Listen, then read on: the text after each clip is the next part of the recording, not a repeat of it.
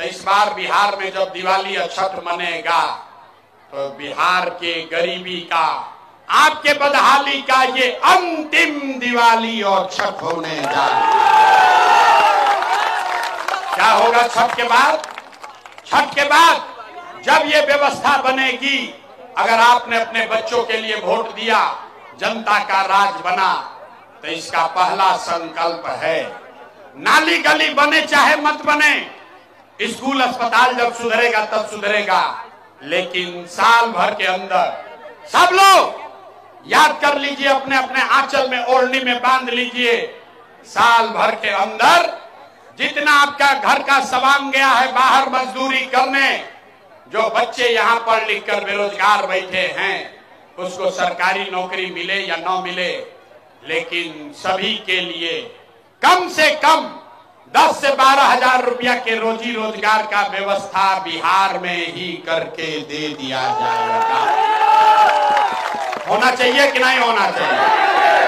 10-12 हजार का रोजगार हो जाए, पलायन बंद हो जाए तो अच्छा होगा कि नहीं होगा? होगा कि नहीं होगा? अगर ये बात समझ में आ रहा है, जब इस सभा के बाद अपने घर जाइए तो लोगों को बताइए, अपने बच्चों को बताइए, ए बचवा, अब की हाली जब दिवाली और छठ में घरे आइब, अब की हाली जब दिवाली और छठ में घरे आइब, तो फिर 10-12 हजार रुपया के रोजी रोजगार के लिए जीवन में कभी दरभंगा जाले बिहार छोड़कर बाहर नहीं जाना पड़ेगा।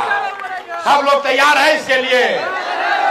इसका दूसरा संकल्प, जिसका उम्र हो गया 60 वर्ष से ज्यादा, अब वो मजदूरी नहीं कर सकता है, नौकरी नहीं कर सकता है, इसलिए तय हुआ कि अगर आपने अपने बच्चों के लिए वोट दिया तो छठ के 1 महीना बाद से, दिसंबर महीना से 60 वर्ष से ज्यादा उम्र के हर महिला पुरुष को 400 रुपया का भीख नहीं, 1100 रुपया का पेंशन नहीं, हर महीना 2000 रुपया का सम्मान राशि जरूर दिया जाएगा। होना चाहिए कि नहीं होना चाहिए? अंतिम संकल्प, ये 2000 रुपया मिलने से जीवन नहीं सुधरेगा, 10-12 हजार के मजदूरी से भी जीवन ना सुधरी, जीवन तब सुधरेगा जब आपके बच्चे पढ़ लिख कर आगे बढ़ेंगे। तो ये तय हुआ कि अगर आपने अपने बच्चों के लिए वोट दिया तो छठ के बाद हर गरीब को ये सुविधा होगा।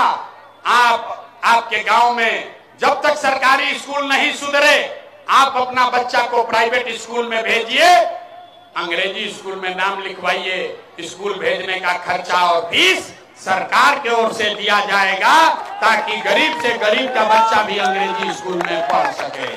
होना चाहिए कि नहीं होना चाहिए?